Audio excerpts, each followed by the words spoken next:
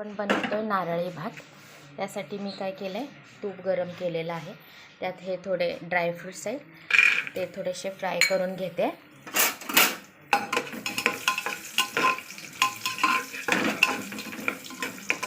ते मी भातासाठी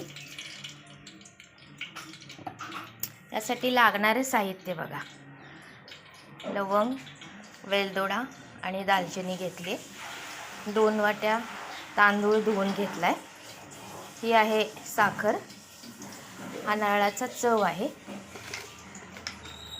हे वेलची पूड आहे।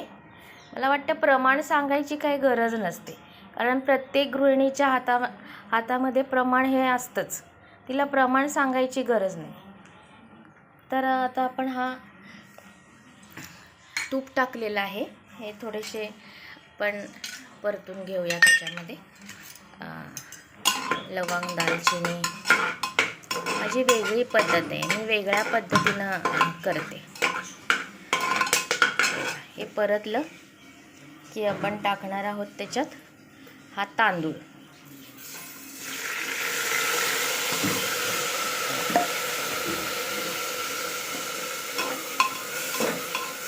हा तांदूळ आपण घ्यायचा आहे तुपामध्ये चांगला परतून। 1-2 मिनिटं तांदूळ परतला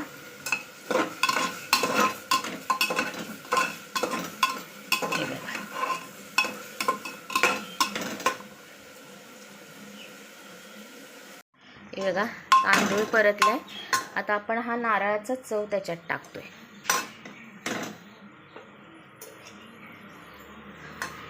हा 2 वाट्या नारळाचा चव आहे।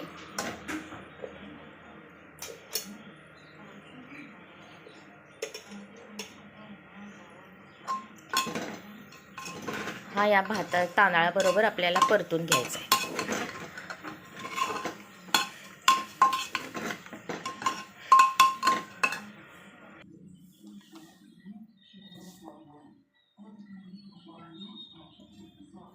आता याच्यामध्ये टाकतोय आपण ही साखर। हे बघा,